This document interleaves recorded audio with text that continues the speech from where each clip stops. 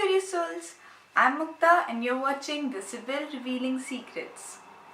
In this episode, we'll finally start with discussing the meanings of the cards. I hope you all have meditated and written down your approximate meaning of the card and then you're watching the video. If you haven't, then please pause it right now, do that first and then start with the video. So the first card in Major Arcana is numbered 0 and is called the Fool.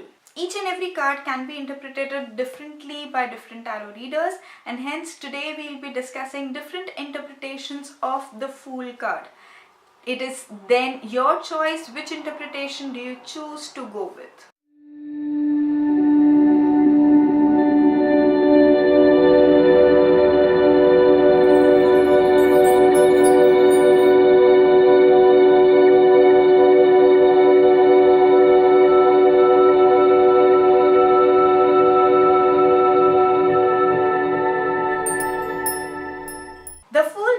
First card of the entire deck is generally considered the card of new beginnings, but these new beginnings are many a times considered more on the mental side and less on the physical side, because it is also considered a card of end of a previous journey, beginning of a beginning. That is why the person is shown on a mountain or a cliff or a high position, because he has already accomplished and finished the last journey, the last task, and now is thinking of what next to start with. So this is a mental beginning, a beginning of the decision making process. Because the card is considered to be at the edge of a beginning, it is considered to be a card of endless possibilities. Also endless potential, but you do not really know what this potential is about right now. So it is as of now untapped potential. The card is numbered 0, which is again a significance over here, wherein again it talks about a beginning of a beginning. So 0, after 0 you'll start 1. So 0 is kind of a end of the previous thing, and now things will begin for a new thing. The endless possibilities that this card denotes also talk about the 0 to infinity, sort of a huge range that we have. Because at this stage a contemplation of what to do next is going on, this can also be a card of self-analysis or self-discoveries, wherein you try to think internally about yourself and what will interest you more, or which way would be a better way for you. So you try to understand yourself better. This card is also considered representative of carefree or careless and over-optimistic nature. Someone who's a huge risk taker. At times, people even consider this person very naive or childlike. Someone who does not really care about the world or the outcomes of whatever will happen. The person is just enjoying the current moment and contemplating as to what next to do that will make him enjoy his life all the more. My personal meaning of the card is being careless or not looking carefully as to where are you going. Whenever this card pops up in my reading, I generally take it as that person might be making a very silly mistake, something that can be easily avoided if there is some amount of alertness, because in the card you can see that the Fool is seeing upwards, not noticing that there is the cliff over here, like he might fall down if he just keeps on walking. So I personally take this card as a warning card that you might be about to make a few mistakes. You can save yourself from some stupid outcomes or some negative outcomes if you be careful of your next steps. If you look at the Rider-Waite-Smith card and its symbolism, then many a times you'll see that the Rider-Waite-Smith card is very yellowish sort of a deck. Now over here as well you can see that the sky is of yellow color.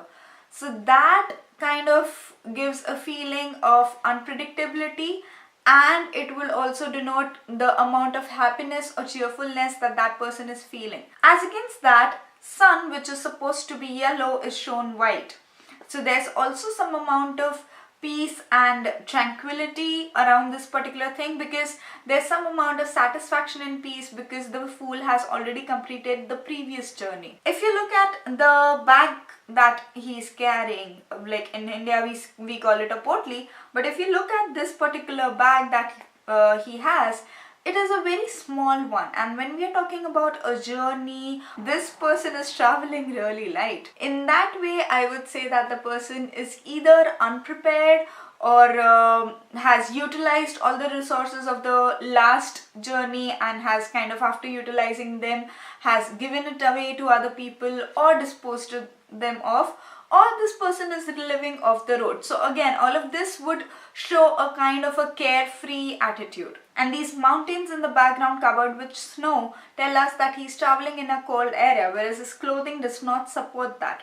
In fact, he's wearing this feather on his head and his clothes are really loose and really good looking as well. So I would say that this person is kind of more of a show off and does not really know what are the things that the person needs. So again, a carefree or a careless attitude, a jugadu attitude as we say in India. The white sun, the white rose and the white dog also show the kind of a innocence or purity of intention. So he's not doing anything with the wrong intention, but he is just not very careful or mindful of a lot of things. His overall posture, his expressions on the face, his head up high tell us that he's kind of confident, and there are chances that he's also overconfident and over optimistic. I have come across 3 possible interpretations of this particular dog and they are very different from one another. One is that the dog is the fool's companion, so the dog is being with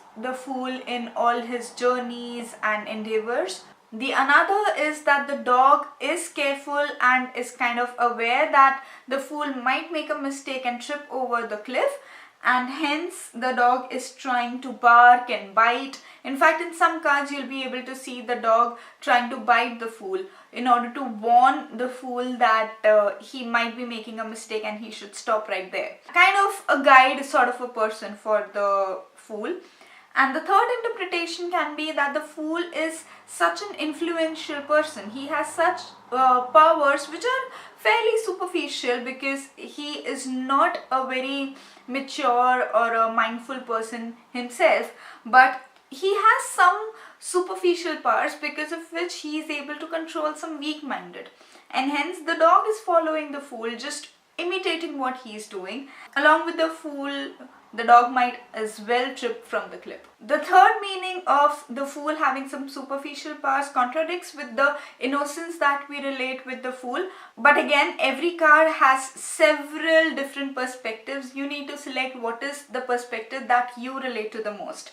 So if we try to find more perspectives relating to the dog being influenced by the fool sort of a thing, then we'll be able to see that the fool is kind of standing against the sun in spite of standing in the wintry and a cold place.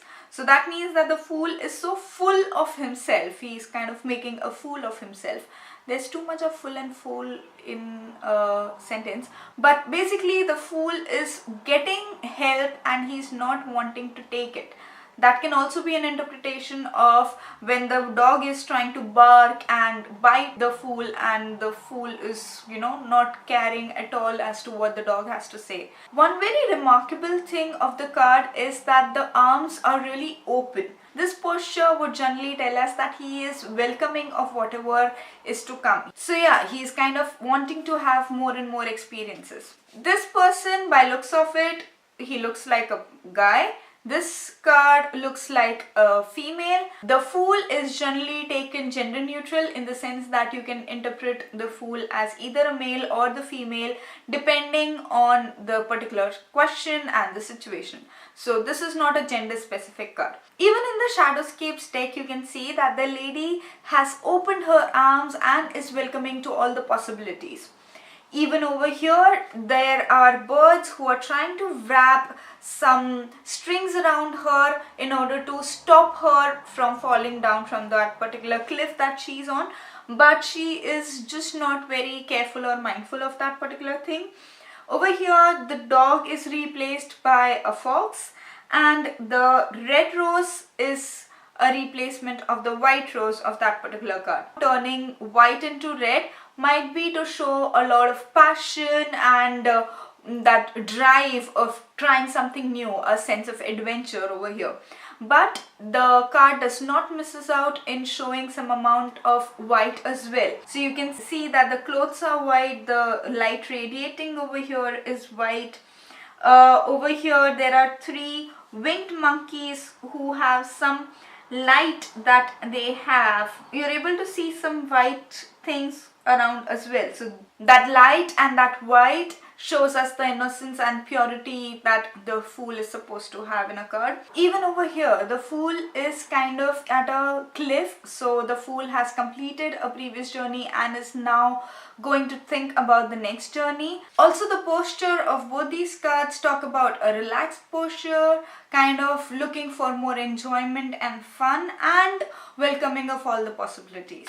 Overall, the Fool is considered to be a happy, eccentric, risk-taking, over-optimistic, carefree or careless card, and it also denotes some beginning of a beginning, so edge of a beginning. Whenever this card comes reversed, possible meanings can again be different from reader to reader, but generally it can either be seen as escapism, so a person is trying to do something because the person is trying to avoid something else, not because this something is important, or else lack of risk-taking ability, because sometimes some amount of risk needs to be taken, whereas sometimes it's foolish to take that risks. So when the card is reversed, you can say that in this particular situation, some amount of risk might be required, but is being avoided for the fear of it. So I hope that these different interpretations might be of help to you to come with your own interpretation. It will be great if you can post your interpretation of the Fool card in the comments down below.